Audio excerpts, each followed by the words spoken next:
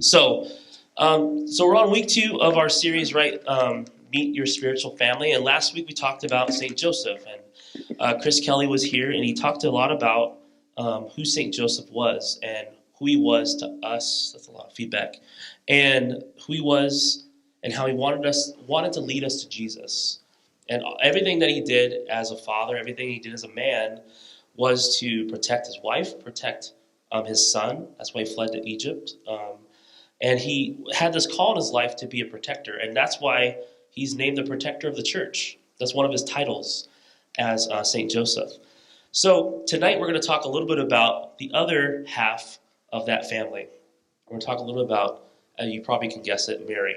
And I really couldn't think of anyone else to ask better than my friend Katie, because she's going through some really cool stuff right now. She's going to be a mom soon, and she's a godmother to my son Liam.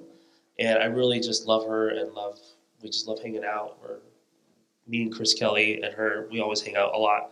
So I'm really excited for you guys to hear her story and hear a lot about her heart, because she has a lot of really good things to say about our mother Mary. So have Katie come on up and speak to us. So, cool. All right.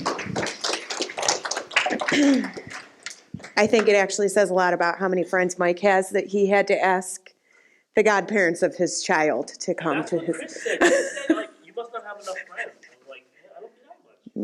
Yeah, I mean, it's hard when you have kids. Okay, so I want to talk about Mary tonight, but this is kind of how, like, my thought process was. Like, I want to know, what do you guys know about Mary? So who knows something about Mary? She had a little lamb. No, wrong Mary.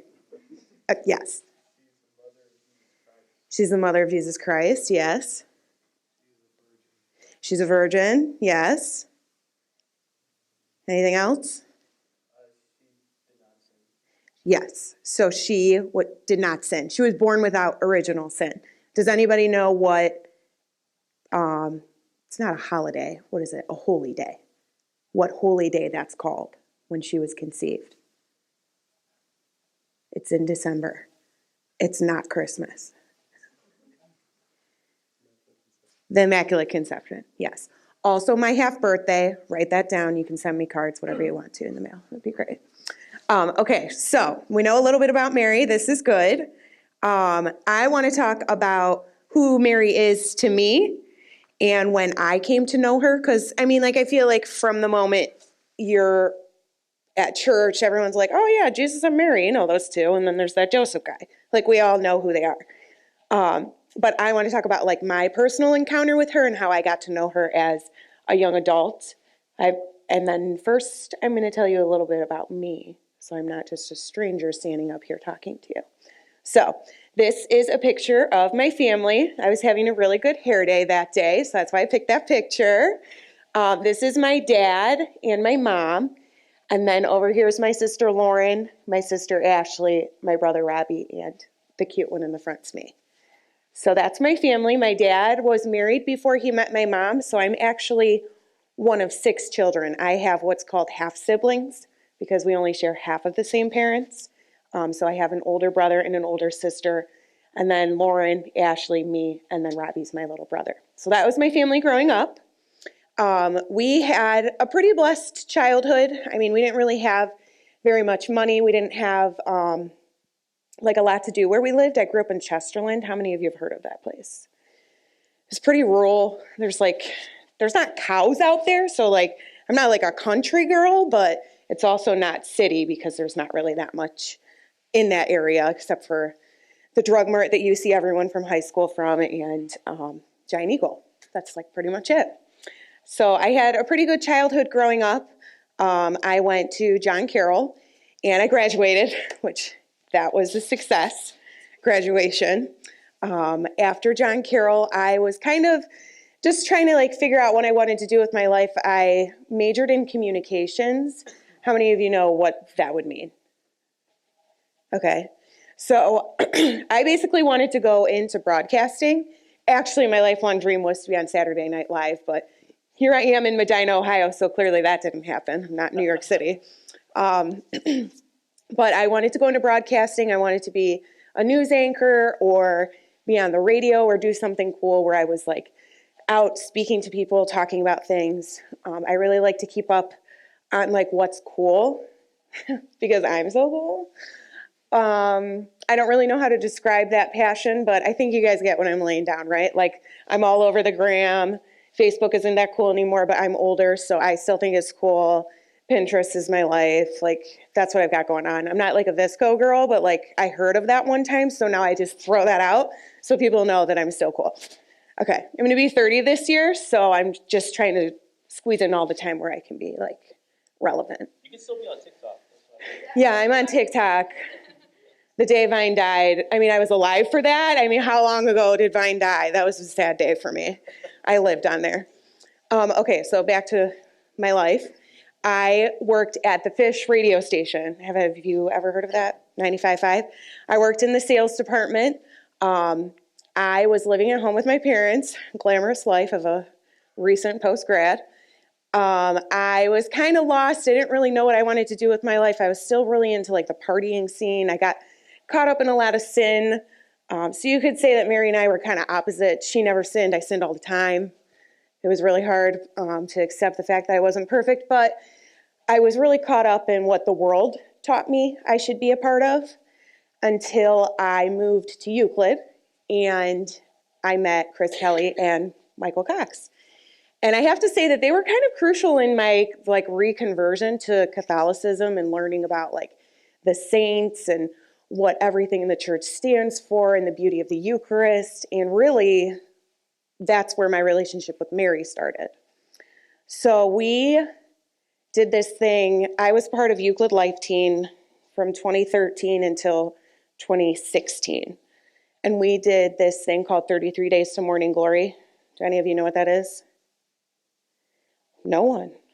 All right, cool. I got some work to do. Yeah, maybe you could do it here. It's really cool. It's basically, how many of you have heard of a novena before? A novena is like a 9-day prayer that you say consecutively for 9 days with a certain prayer intention. So 33 Days to Morning Glory was like a really easy way for me to explain it is that it's like a 33-day novena where you're praying for 33 straight days. And it talks all about Mary. I didn't know what it was, but Chris Kelly told me to do it, so I said yes. So, which Chris Kelly isn't really the greatest guy giving advice sometimes, so that was risky for me to just dive in, not really knowing anything about it. But that's where my relationship with Mary really started.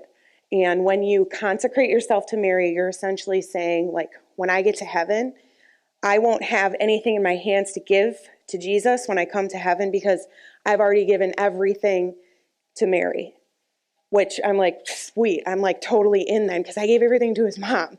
She raised him, so he can't say no to his mom. I'm definitely getting into heaven. So I highly suggest it. 33 Days of Morning Glory. And that's where my relationship with Mary started. I had somewhat of a rough life being single. I think I made it more rough on myself than I needed to. But moving to Euclid was when I really got into like my vocation and what I felt like God was calling me to in my life. I was convinced for the longest time that I had been single up until that point because God was calling me to be a religious sister, which I think is really cool. And I know last week Chris talked about how he was like, being a priest would be so beautiful. And I'm like, yeah, I mean, I like to look at nuns and talk to them, but I don't want to be one because it scared me. It just seemed like such a huge commitment to give everything in your life over to Christ. And like, some orders, you don't get to have a cell phone. So I was like, I'm out. Forget it. I can't do that. I'll keep praying about it. I'll keep it in the back of my mind. But if I can't have my phone to like post pictures and stuff, it's just like a very superficial thing. But I was like, I can't do it. I can't. It's just too much. Which to me now says there was no peace there. I didn't have any peace about that being the vocation God was calling me to. So that was a way to discern that that wasn't the vocation he was calling me to. So I got involved with Life Teen 2013 to 2016. I loved being a part of Life Teen so much that I quit my job at the Fish and I became a full-time youth minister. I was in the Youngstown Diocese for 3 years, and it was really hard because I didn't have like my support system with me, and I didn't really know how to be a youth minister. I knew how to be a great core member, but I didn't know how to be a youth minister on my own. So that's when I started to like really lean into Mary. I remember when like my final months of being at the Fish, I was getting really overwhelmed having to meet my deadlines and my quota and my sales numbers. And I would cry to my mom on the phone. And then I would go to McDonald's and I would order a Diet Coke and a large fry. And I would sit in my car and I would cry about how much I hated my job. And I would say the rosary. And it was really funny because the rosary that I had only had 40 beads on it. So for like 3 years, I was saying the rosary the wrong way because there's 50 beads on a rosary. But I think it's so beautiful that the desire for me to lean on Mary was there in that way. And my innocence of like, okay, I don't really know how to pray the rosary, but like, I know it's going to help me feel better, so I'm going to do it. And I did it wrong for 3 years, but it doesn't matter because Mary still loves me. So I would pray the rosary at work, and then I moved to my new job. And then at my new job, I leaned more into the rosary, learned how many beads were on a rosary, how to say it the right way. And I just asked Mary to like come into the youth ministry program that I was a part of. And I just invited her in to like kind of guide me to be a spiritual mother to the teens that I was serving. And that was like in the stages of friendship, it was like I had just gotten to know Mary, and then we started texting sometimes. We like added each other on Snapchat, but didn't send each other anything. Like that's like where we were. So I was in the Youngstown Diocese for 3 years, and then the pastor from the church that I was a part of Euclid Life Team with called me one day and said, hey, our youth minister, Chris Kelly, is leaving. Would you like his job? And I said, when is he leaving? How soon can I start? Because I loved so much the community of Saints Robert and William. And that's actually not true. I took like forever to decide if I was going to leave. And I was like so dramatic about it because that's just who I am. But I started working at Saints Robert and William, and I loved it so much. It felt like I was like coming home. And it was just totally part of God's plan. And like Mary was like just with me this whole time because I go to Saints Robert and William. I'm working for, his name's Father John. I'm working for him for about like a year, maybe 2 years. I can't remember how long I had been there. And he texted me on Christmas Day, and he said, hey, do you want to go on a date with my brother? And I was like, what? You're my boss. First of all, I can't say no to you, and also that's really weird. But if he takes me for tacos, then like I'm in. So he said, okay, my brother's going to take you for tacos on Friday. Then a year later, I got married to my boss's brother. This is Mark. Mark and I have been married for a year now. And meeting Mark was just like at one of the most perfect times in my life. Looking back, when I was in it, I was really suffering. I had just dropped my commitment from going on a trip to the Holy Land. And I lost like $1,600. And I was actually fasting from dating at the time. It was just like, this is like so crazy. When you look at my life on a sheet of paper, you're like, well, that doesn't add up. Like 2 + 2 does not equal 6, but it worked for me. So I had plans to go to the Holy Land. My dad was really sick. I'm a total daddy's girl. Like the truth has come out in the last year. I'm actually my dad's favorite. It's fine. Don't tell any of my siblings, but also post it everywhere so that they know. Yeah, perfect. I can't wait. So Jim Fraser loves his daughter Katie the best. Perfect. It's on record. Okay, so my dad was really sick. I decided not to go to the Holy Land. Father John texts me and asks if I want to go on a date with his brother, and I say yes. Even though my fast was supposed to be until January 1st, I still went on the date with him on December 29th. And the date went so well that he asked what I was doing for New Year's Eve. And then I think it's the next picture.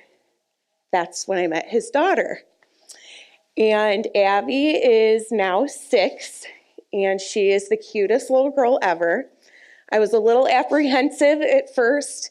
I was like, well, what if she doesn't like me? This relationship might not work out.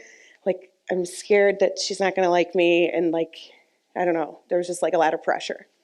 So I went over for New Year's Eve, and we played Barbies, and I painted her nails, and she fell in love with me right away. So it worked out really well.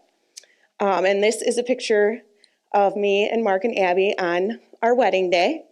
And it was so special to have her there to celebrate that sacrament with us, because there's a part of the Mass when you get married in the Catholic Church where you get to do a presentation to Mary. So you bring like a bouquet of flowers over to where Mary is. But at Saints Robert and William, there's no singular statue of Mary. It's the Holy Family. So we got to take over to the Holy Family roses on our wedding day with Mark's daughter, who, like, I don't know, it was just so cool. And she's so cute. I could talk about Abby forever. But this is the restaurant that Mark and I met at for the first time. We went back there on our wedding day to take pictures. And then, as Mike said, I think it's the next one, I'm going to be a mom myself soon. I didn't eat too many tacos. There's actually a baby in here. I'm not due until May, but we did just find out that we are having a boy. So I found out on New Year's Eve this year that we were going to be having a boy, and I thought that it was really special because I love Abby. I love that she's a girl, but I really was nervous to have another girl so close in age to her, because I don't know, ladies, we can all agree, we get a little competitive sometimes, right? Like, sometimes I get a little competitive with my own sisters.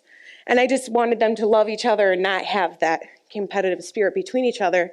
And I remember I was sitting at my desk, I had just found out that I was pregnant.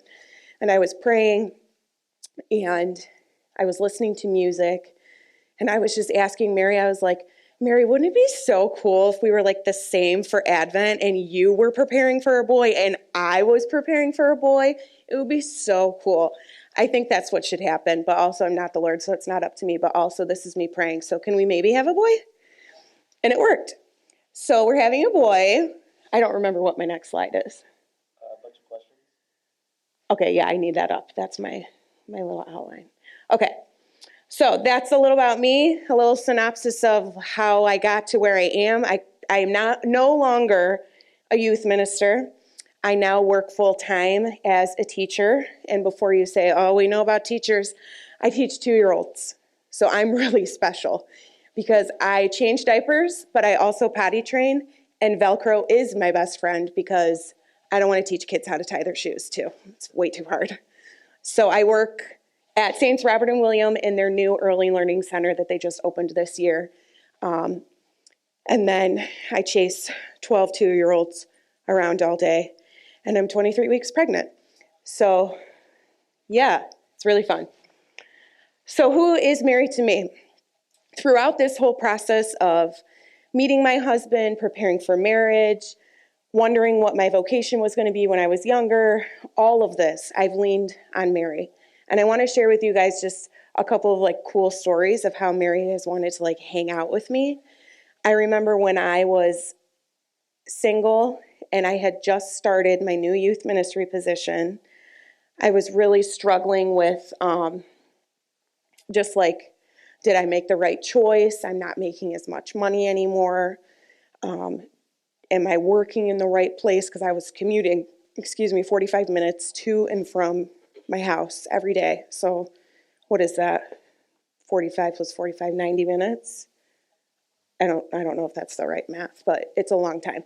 So I was in the car a lot, and I was just really struggling. And I remember thinking, all I want to do in my life is to just get married and have kids, and I feel like I'm never going to get there because I keep making all of these wrong decisions. I literally can't stay at a job for longer than 3 years because I get too antsy and then I just leave. So I felt like I was just kind of all over the place. And I remember I encountered this scripture passage that is referred to as the visitation. Has anybody heard of that? maybe not it called that, but it's when Mary and Elizabeth meet. So Mary finds out she's pregnant. At the Annunciation, the angel Gabriel comes to her and says, "You're going to have a baby." She's like, "What?" And then she says, "Okay, fiat." She says yes to God's will. It's a beautiful thing. She decides she's going to go meet her cousin Elizabeth. When she goes to meet her cousin Elizabeth, Elizabeth is also pregnant with John the Baptist. So Elizabeth and Mary, who are such not only family members, but such great friends, are pregnant at the same time. It's super cool. When Mary walks up to Elizabeth, John leaps in her womb and she goes, "Oh my gosh, this is it. You're going to have Jesus Christ." I don't think she calls him that by name, but she acknowledges that like Mary is going to birth our Savior. And it's just like this really cool thing. And part of the scripture passage for this says, "Blessed is she who believed in the promises that the Lord would fulfill." And that really spoke to me throughout my whole adult life, because I felt I had these desires in my heart that I so strongly hoped that God would fulfill. But there are times in your life where you think something's going to happen and you get pretty down about it because it's not happening right away, right? Yeah. I mean, it took me three times to pass my driving test. It was pretty devastating. So this scripture passage really spoke to me. And it was just really cool to see that, like, even Mary, although she was born without sin, she was conceived without sin, she has all these great things about her. She was perfect. I mean, at the dinner table, everybody was looking at Joseph because it was the three of them. Jesus, perfect. Mary, perfect. Joseph, not perfect. So it's just so cool to see that she also had hopes and desires and things that God had promised to her heart that he was fulfilling. So I kept that close to my own heart, and I used that as a way, along with praying the rosary, to kind of get to know Mary a little bit better. And then I want to show the next slide. This is a picture of the visitation, which I just think is like the coolest picture. Elizabeth is just so full of joy. They can like see that Mary's going to have a baby, and it's so exciting and it's so beautiful. And I don't know, it's just, this picture just fills me with so much joy because it's so cool. Like when you find out that someone's going to have a baby, you just, I don't know about you guys, but I get so excited. Okay, so you can go back. So this scripture passage, the visitation, was when I really came to know Mary as not only a person, but also as a mother and as someone I could turn to in times of need. So I met my husband December 29th. I met Abby December 31st. Mark asked me to be his girlfriend January 4th. We were engaged June 18th. We were married November 24th. So it's a very short timeline, but things moved really quickly. And then November 24th, we got married, and February 4th, we found out that we were pregnant. Unfortunately, 2 days later, I did lose the baby.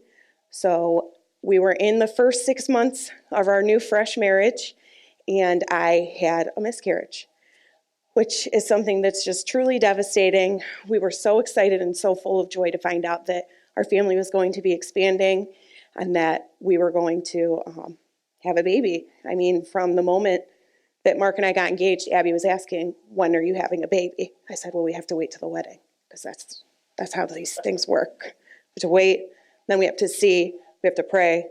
And not everybody gets a baby, so we have to pray that like that's what Jesus wants for our family." So it was a really devastating time in my life, and I am blessed enough that my sister, who was in the original picture I showed you, that was standing right behind me, Ashley, had also gone through something like this before. She has a lot of children. She has 6, so she's the one right there next to my dad, in between the two of us. She has 6 children, and so she has kind of like my mom is my mom, but like my sister is also my mom because she has helped my mom so much to raise me and to just not be crazy. which didn't really work because I'm still crazy, but whatever. So I turned to my sister and I said, like, I've never felt like this. It almost felt how I would imagine Mary being at the cross. They say that when Mary birthed Jesus, she didn't feel the pain that you normally do during child labor, but she like felt that same pain when she was at the foot of the cross and Jesus died because she birthed the whole church. So there's another line, and I don't want to paraphrase the Bible, but it's about Mary's heart being pierced by a sword. And I felt like I was brought to that kind of moment when we lost our child. And my sister told me, she goes, the devastation that you feel from losing this baby is unlike anything you will ever experience in your life. You never got to meet this child. You were so excited. You started to make plans. You told your husband. You were excited to share the news with other people. And she's like, but it's almost like what happened when Mary found out she was pregnant, because it was almost like Mary really couldn't tell people that she was pregnant because she wasn't even married yet. Her and Joseph were betrothed to each other, but if she would have gone around and said, like, hey guys, guess what? Gender reveal on December 25th. We're about to have a baby. It would have caused so much scandal because she wasn't married yet. So my sister told me, she said, you need to take your heart and the way that you're suffering to Mary, and you need to ask her to wrap you in her mantle, and you need to ask her to help you to heal from this. So this really started my journey into getting to know Mary as like a fellow mother. And I just imagined like the pain and how I felt and what I was going through with losing my child who I had never met, and then relating it and seeing like Mary knew her son for 33 years on earth and then watched him be like beaten and tortured and crucified, and like she saw that with her eyes, and then she saw him die on the cross. And the whole time I would have been saying like, are you serious? This is your plan, God? Like, what the heck? This isn't right. So it really helped me to like build that relationship with her, to kind of see like, okay, like there's suffering in the world. Like Mary was perfect. She was born without sin and she still suffered. So like my suffering can't ruin my relationship with God just because I'm experiencing it too. But like, it just brought like a sense of peace to me. So that was like one defining moment of my relationship with Mary. And then it helped me to really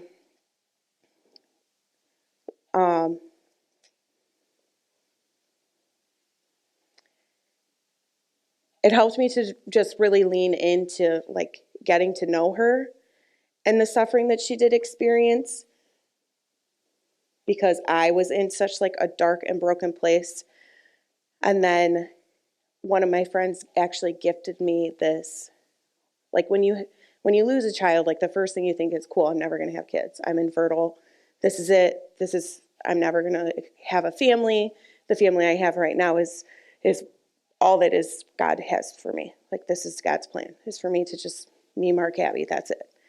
Well, one of my friends gifted me a sign that said, blessed is she who believed in the promises the Lord would fulfill.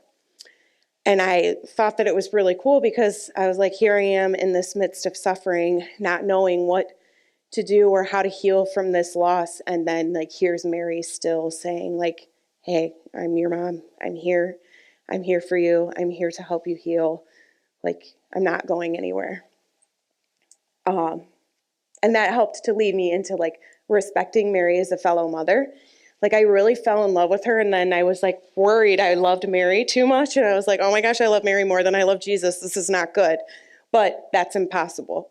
Because if you think about how much you love like your mom or maybe an aunt or someone that's like a female in your life that's a good role model for you, if you think about how much you love them, your best friend can never love that person as much as you.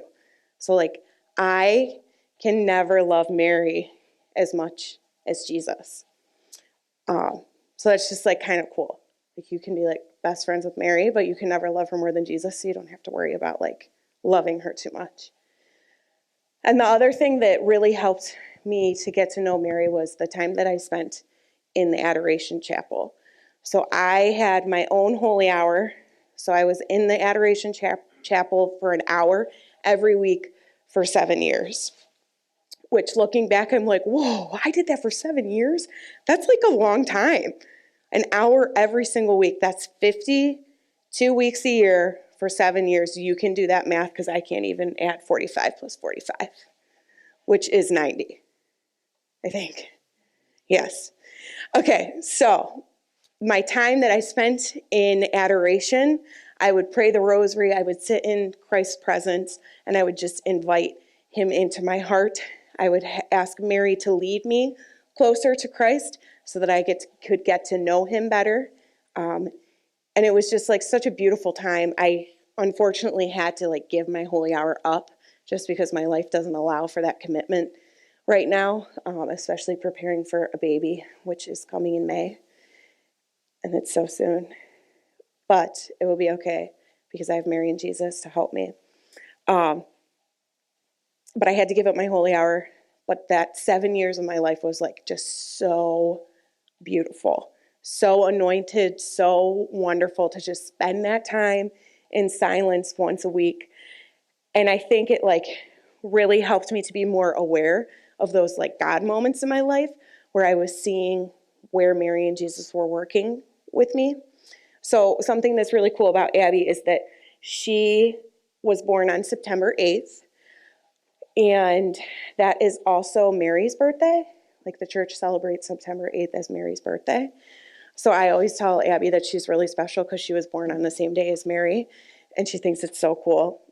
September 8th was also the day that we found out that we were expecting the baby that I'm carrying right now.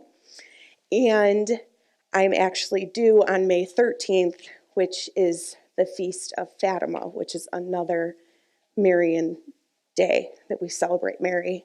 And her appearing to a group of children in Fatima. So I just think it's really cool, like Mary is pursuing me and she wants to do the same for you. And if it wouldn't have been for Mary, my relationship with Christ wouldn't be what it is, because Joseph, who we talked about last week, and Mary, who we talked about this week, are people who are supposed to lead us closer to Christ. They're supposed to help lead us deeper into that relationship with the Lord. And to find out on her birthday that I'm expecting and then to be due on a day that also celebrates Mary is just something that's really special to me. And I think the best way to encounter the Lord really is through the Eucharist. And so I ask that you take all of my experiences that I shared with you and you let them influence you in a positive way, so that you might grow closer to Mary and Jesus through your relationship with Mary. And one of the best ways to do that is in adoration.